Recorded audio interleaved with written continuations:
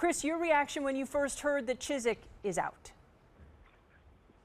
Well, not surprised. I was in Tuscaloosa yesterday, and it was all but done then. I think it's really been done for several weeks now. And when you have a program that crashes the way Auburn did in a state like Alabama, let's not forget that everything's magnified in that state by what Alabama's doing. They're getting ready to potentially play for the third national championship in the last 4 years. And I think if you're the brass at Auburn, you just can't take a chance on letting them sort of widen that gap that's already pretty sizable at this point.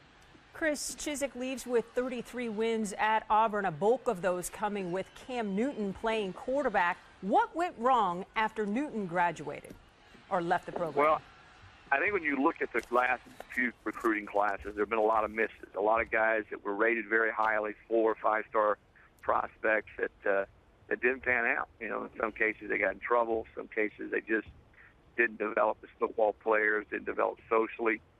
Guys like Michael Dyer, even Kyle Frazier has struggled at quarterback this year. Trevon Reed, a bunch of those guys that they brought in and felt like they would be difference maker type of players, and they just haven't been. Chris, this is a high-profile job, as you mentioned, in Alabama there. Who is on the short list to replace Chizik? Well, I think you're going to see a number of names, and I think in a lot of ways Auburn's short list, well, there'll be a lot of crossover with Auburn, Tennessee, and Arkansas right there in the SEC. I think a guy like Kirby Smart at Alabama, I know that sounds funny, but he's had a lot of success. He's turned down some opportunities. He's one of the better defensive coordinators in college football. I'd say his name would probably pop up. Possibly Jimbo Fisher at Florida State, Gus Malzahn, who was at Auburn as offensive coordinator. I think there's some names that you'll see potentially be on their short list.